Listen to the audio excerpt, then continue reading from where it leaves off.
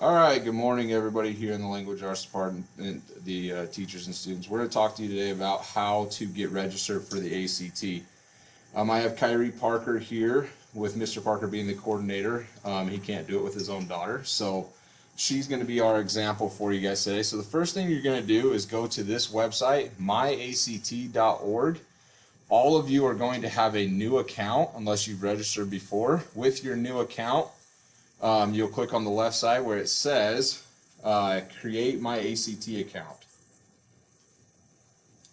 Before you go too much further with this, couple of things.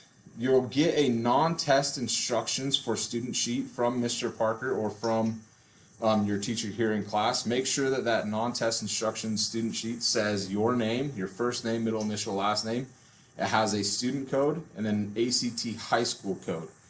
Once all that is verified and you get to this screen on your computer, you're going to click I'm new. Let's get started.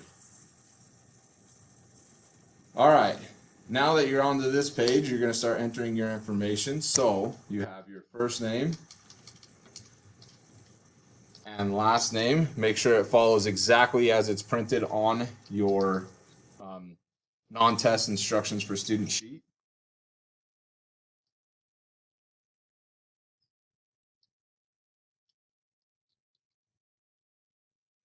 Now, when you get to email, you want to use a personal email. You do not want to use your student email. A lot of times the student email, the information from ACT will get caught up in the spam and you won't ever get it. The other thing is, once you are done with high school, your student email accounts get deleted. And so you'll want to put in some sort of personal email that you can access your ACT scores for college and such after high school.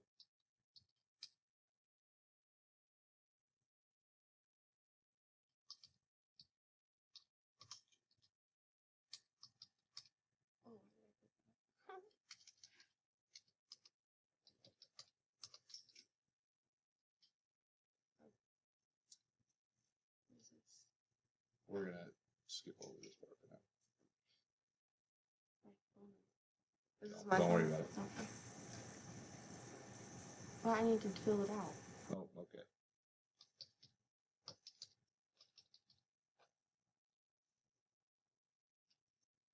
Okay, you'll want to make sure that you create some sort of secure password that you'll remember.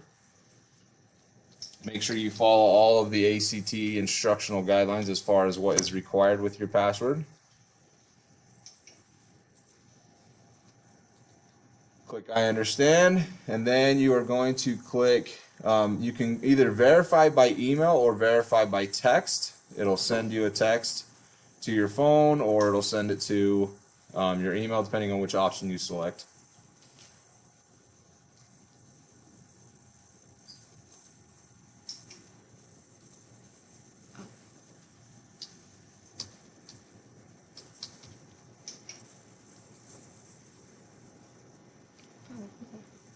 Then, once you're done with creating your account, you're going to log in using the same email address and password you just created.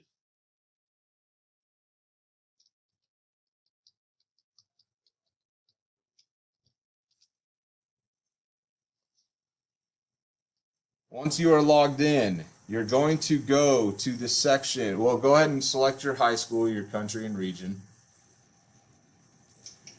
You can just search. You can search by zip code. Is actually going to be the fastest way for us here at Box Elder, with us being the only high school in the zip code. Yeah, it's actually 02.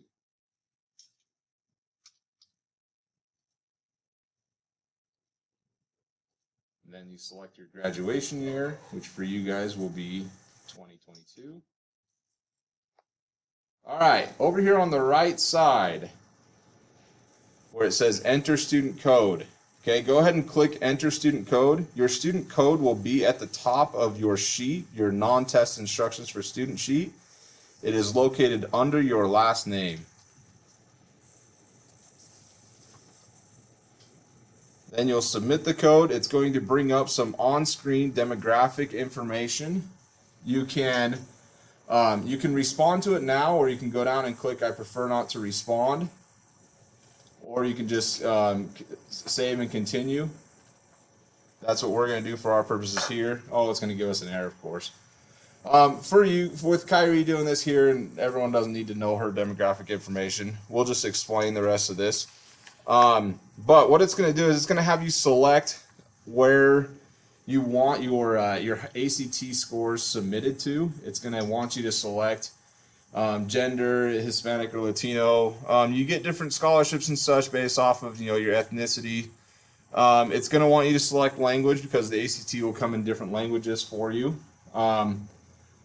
And then it's going to want to know a little bit about your family history. Once you get through the demographic information, it's going to bring you back to the non-test section where you'll be directed back to your dashboard. The last thing that you're going to have to do, let's go ahead and click back to the dashboard. So just click your name and go to view account.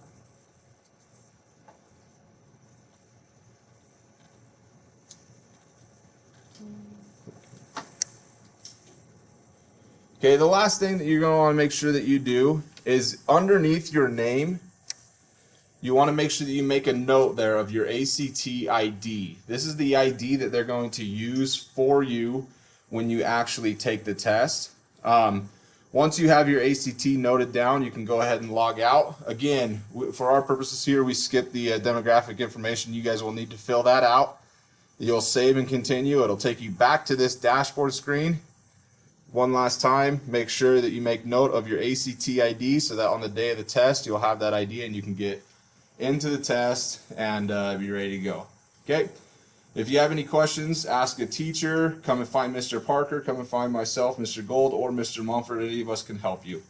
Thank you.